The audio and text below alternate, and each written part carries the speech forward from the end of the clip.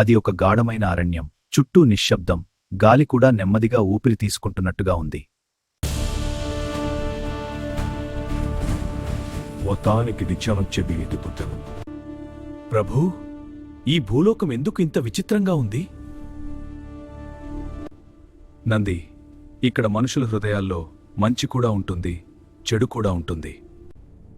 ఎవరిని నమ్మాలో నమ్మకూడదో తెలుసుకోవడం చాలా కష్టం. జాగ్రత్తగా ఉండు నంది.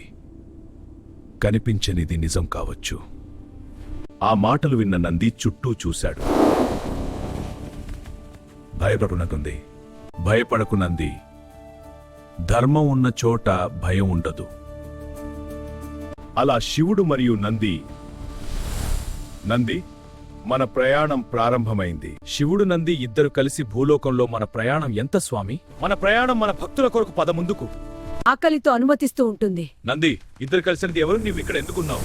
శివుడు ఇతర కృపు నిండలే, ఇద్దరూ కలిసుందాయ్. పార్వతి, నువ్వా ఇక్కడికి ఎందుకొచ్చావు? దుర్గమ్మ చెరువు. నంది, మన కైలాసానికి వెళ్దామా?